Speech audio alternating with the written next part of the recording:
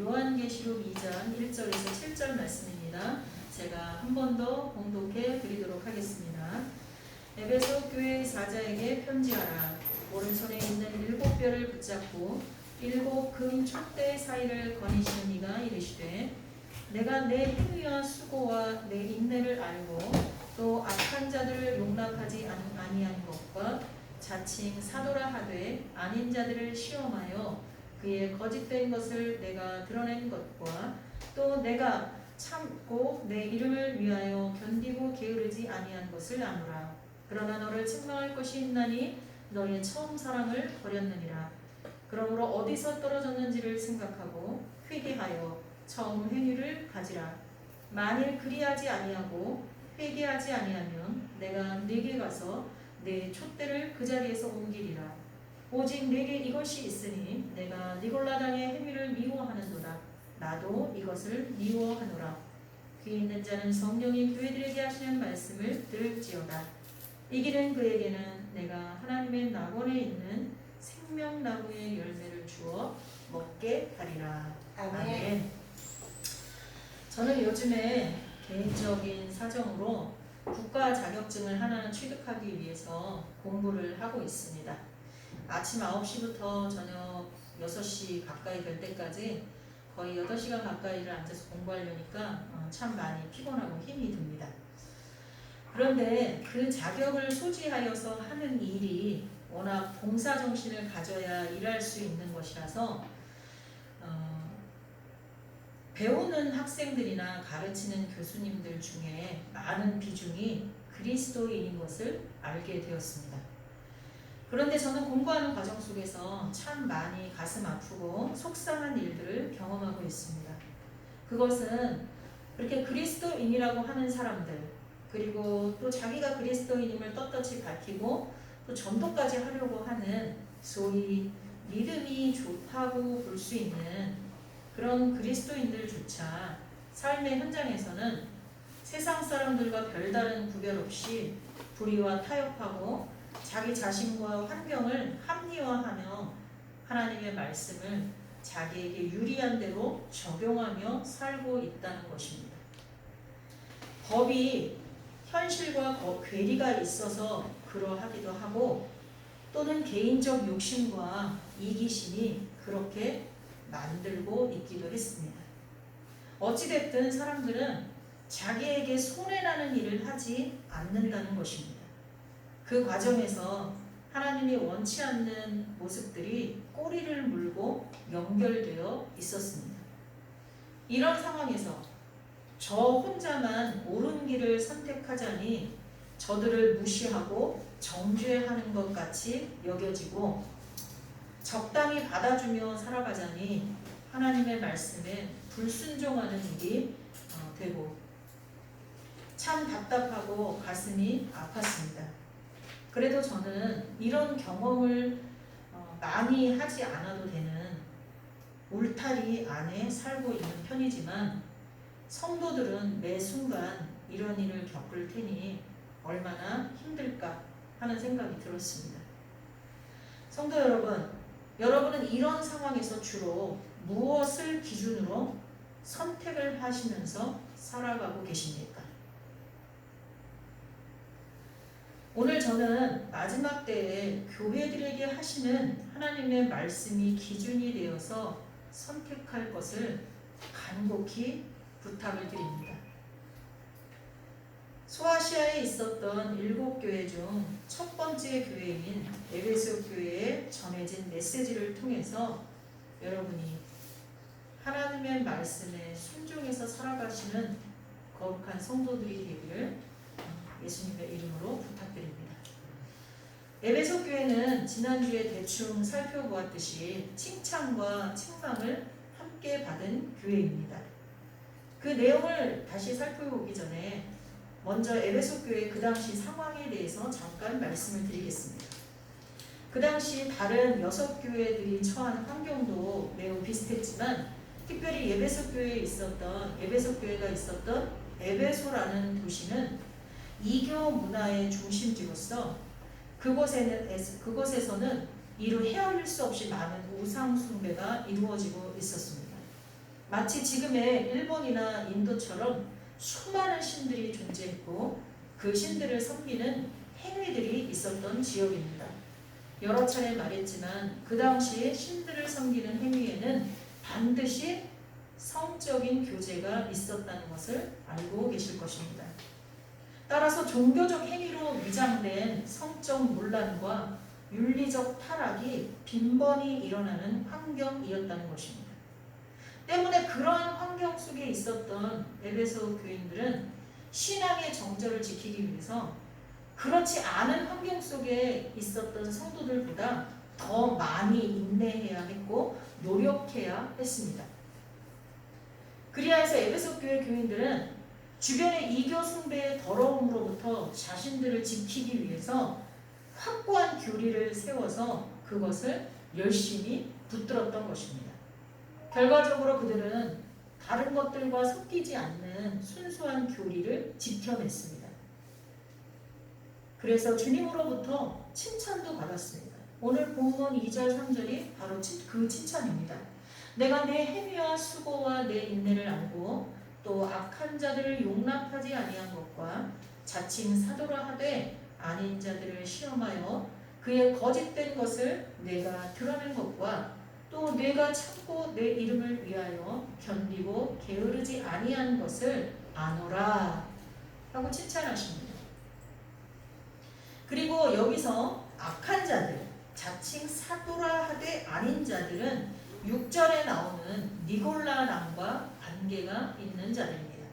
니골라당은 구약에 나오는 모압 왕 발락의 요청을 받아서 하나님의 권고에도 불구하고 물질의 눈이 어두워져 하나님의 백성인 이스라엘이 타락할 만한 빌미를 알려준 발람 선지자의 그릇된 교훈을 지키는 자들입니다. 발람 선지자의 그릇된 교훈을 지키는 자들이 니골라당이었습니다. 오늘날로 말하면 물질주의를 추구하고 부와 명예를 위해서 하나님을 팔아버리는 타락한 자들이라고 볼 수 있습니다. 이는 하나님을 모르는 세상 사람들이라기보다는 하나님을 믿는 자들에 관한 이야기라고 보면 더 좋겠습니다. 에베소 교회는 이런 자들을 가려냈고 이런 자들의 유혹에 빠지지 않았습니다. 모두들 썩어져가는 세상에서 자기 자신만 고고하게 정직하고 거룩하기는 여간 힘든 것이 아닙니다. 아마 여러분도 겪었을 거예요. 그런데 에베소 교회는 그것을 해낸 거예요. 참으로 대단한 일입니다. 후대의 우리들은 그저 이 성경을 읽으면서 에베소 교인들이 하나님의 말씀을 어려운 환경 가운데서도 지켜냈구나 이렇게 가볍게 지나칠 수도 있습니다. 그리고 그것이 자신과는 크게 상관없다고 여길 수도 있습니다. 그러나 그렇지 않습니다. 우리는 발람의 교훈을 따르는 수많은 사람들 틈에 끼어서 살고 있기 때문입니다. 서두에서 말씀드렸듯이 우리는 물질이 우상이 되어 있고 개인주의와 욕심으로 똘똘 뭉쳐 절대 손해보지 않으려는 세상에서 살고 있습니다. 제가 20대 후반에 학원에서 잠깐 근무한 적이 있습니다. 병원에서 5년을 근무하고 저희 큰아이를 엄마가 키워주셨는데 이제 큰아이가 이제 어느 정도 크고 나니까 엄마가 도저히 감당하기 어려워하셔서 병원을 그만두고 제가 학원에서 반나절 정도 근무를 한 적이 있는데 1년을 근무하고 굉장히 인정을 받았음에도 불구하고 1년 정도를 근무하고 바로 옆에다가 어린이집을 차렸어요. 근데 그 계기가 뭐였냐면 저보다 한 살 많은 그 원장님 부인이 국어과를 나오고 저랑 똑같이 교사를 했는데 그 사람은 청소를 전혀 안 하면서 우리 교사들에게 청소를 시키는 거예요. 4층짜리 건물인데 위아래를 다 해야 되는 거예요. 그때 생각했어요. 아니 내가 여기 애들 가르치러 왔지 청소하러 왔어? 그런 생각을 저뿐만 아니라 선생님들이 다 했죠. 근데 특히나 저는 그 원장님 부인 사모님과 나이 차이가 별로 없다 보니까 더 자존심이 상했던 것 같아요. 근데 그때 내가 정말 진실한 그리스도인이었다면 저 사람 혼자 할 수 없으니까 우리도 같이 하기를 원하는 거겠지. 아니 설사 저 사람이 하지 않는다 해도 내가 가르치는 아이들과 내가 좋은 환경 속에서 하기 위해 내가 좀 양보하고 봉사하는 마음으로 해야지 했다면 얼마나 좋았겠습니까? 근데 지금 제가 공부하고 있는 지금 다 50대, 60대, 70대 분들이 공부를 하거든요. 40대도 한두 분 계시고. 근데 그 원장님이 건물은 우리 교회만 해요. 근데 청소를 혼자 할 수가 없는 거예요. 그 원장님이 다른 대학교에 강의도 나가는 교수님이다 보니까 바쁜 거예요. 그래서 우리한테 금요일 날만 대청소할 때 좀 도와달라고 하는데 아무도 말을 안 하는데 어떤 권사님이 왜 그걸 우리가 해야 되냐는 거예요. 우리가 돈을 얼마를 냈는데 우리가 지금 힘들게 안 하던 공부를 이렇게 하면서 힘들어 죽겠는데 어떻게 이 청소까지 우리한테 시키냐 이런 얘기를 하시더라고요.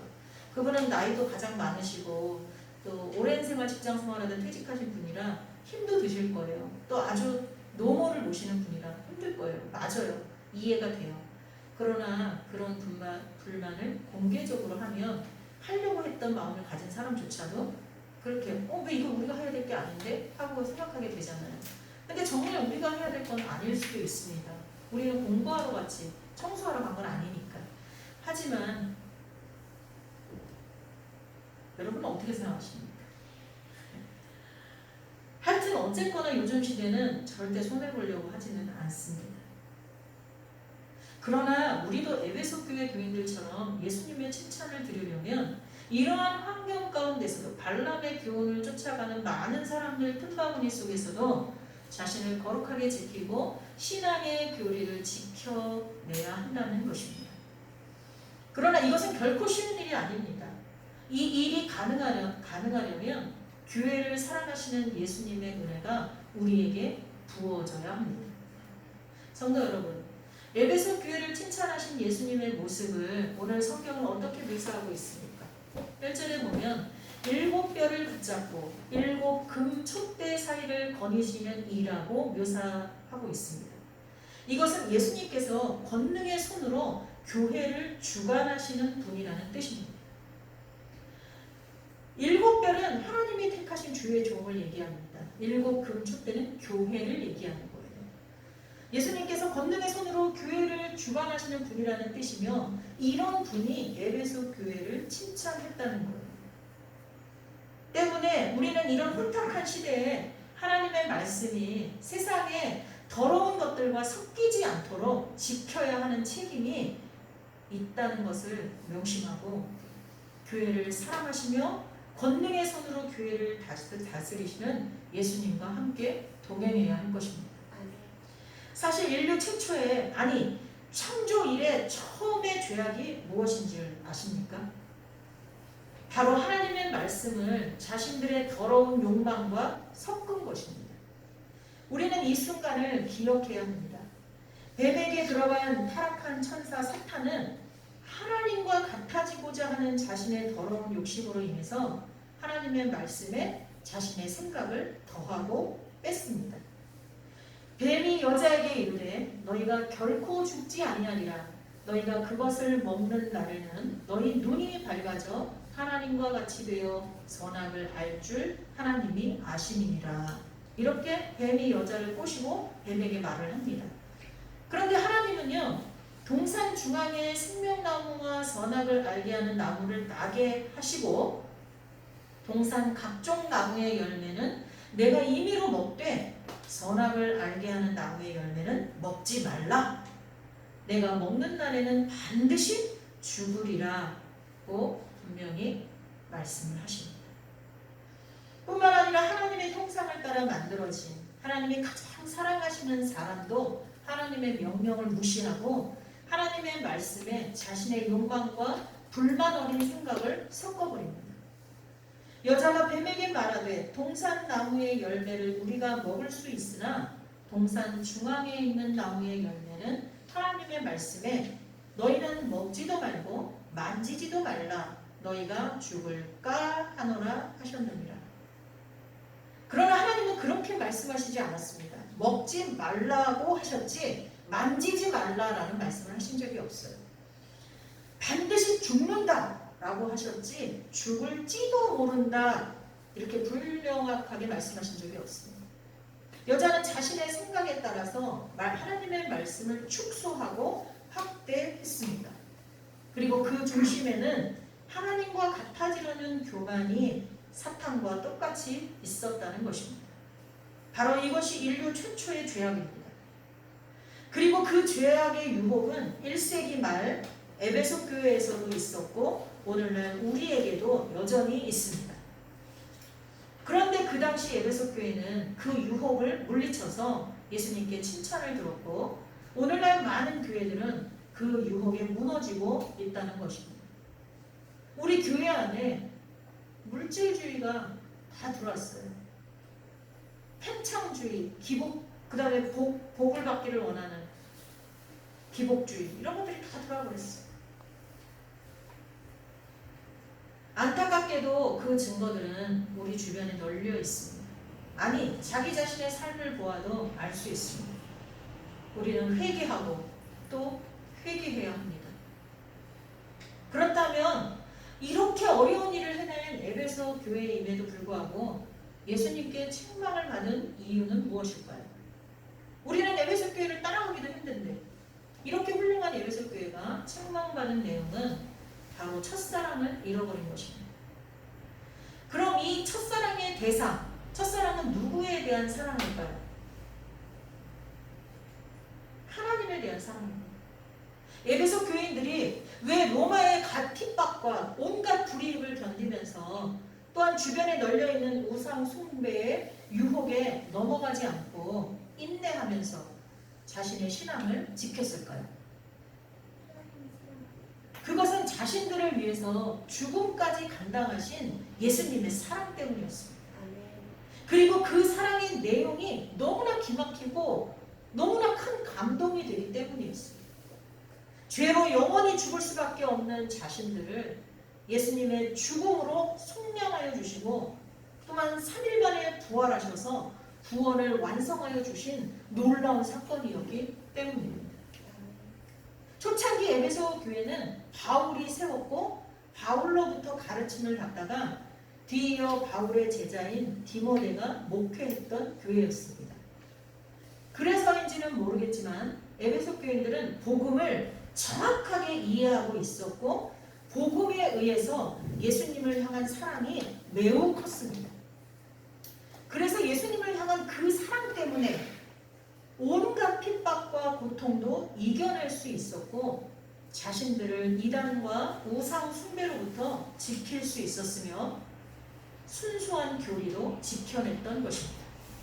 그런데 세월이 지나다 보니까 이들은 자신들이 지키고 있는 교리의 본질을 잊어버리게 되고 그들은 예수님을 사랑했기 때문에 예수님의 말씀을 지킨 것이었는데 이제는 예수님에 대한 사랑은 없어지고 교리 자체만을 붙잡고 있는 형식적인 신앙인이 됐던 것입니다. 새벽기도도 한 번도 빠지지 않고 주일 예배도 한 번도 빠지지 않고 11조 예물도 다 드리고 감사 예물도 드리고 봉사도 다 해. 할 것은 다 하는데 그의 삶 깊숙이 들어가니까 사랑이 없어요. 아픈 부모를 내팽개치고 형제들 간에 물질을 가지고 싸우고 그리고 어디를 가나 나에게 유리한 쪽으로 거짓말을 하고 사기를 치고 만약에 그 사람이 그러고 있다면 그 사람의 형식적인 신앙의 모습이 무슨 소용이 있겠습니까? 성도 여러분, 지금 저와 여러분은 어떠한 상태에 있을까요? 오늘날 우리 교회들은 어떠한 모습일까요? 혹시 에베소 교회처럼 그리고 그 교인들처럼 하나님의 말씀은 알고 있지만 그것을 실천할 힘을 잃어버리고 있지는 않을까요? 만약 우리가 우리의 삶에서 우리가 알고 있는 하나님의 말씀대로 살고 있지 않다면 우리도 에베소 교인들처럼 예수님께 책망을 받게 될 것입니다. 왜냐하면 말씀대로 행한다는 것이 곧 예수님을 사랑하는 증거이기 때문입니다. 너희가 나를 사랑하면 나의 계명을 지키라.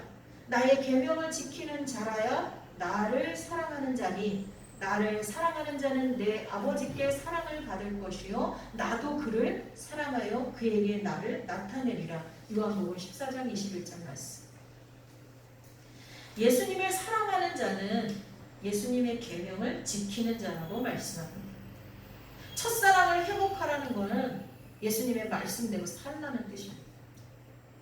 행함이 없는 믿음은 믿음이 아니라고 야고보서에서 말씀하고 있습니다. 인류 역사상 하나님의 말씀을 없애려는 시도는 너무 많이 있었습니다. 그러나 지금까지 전 세계에서 가장 많이 읽히고 있고 가장 많은 언어로 번역되어 전파된 책은 성경입니다. 그리고 역사적으로 수많은 고증을 거칠수록 더 많은 진실이 밝혀지고 있는 것 또한 성경책입니다.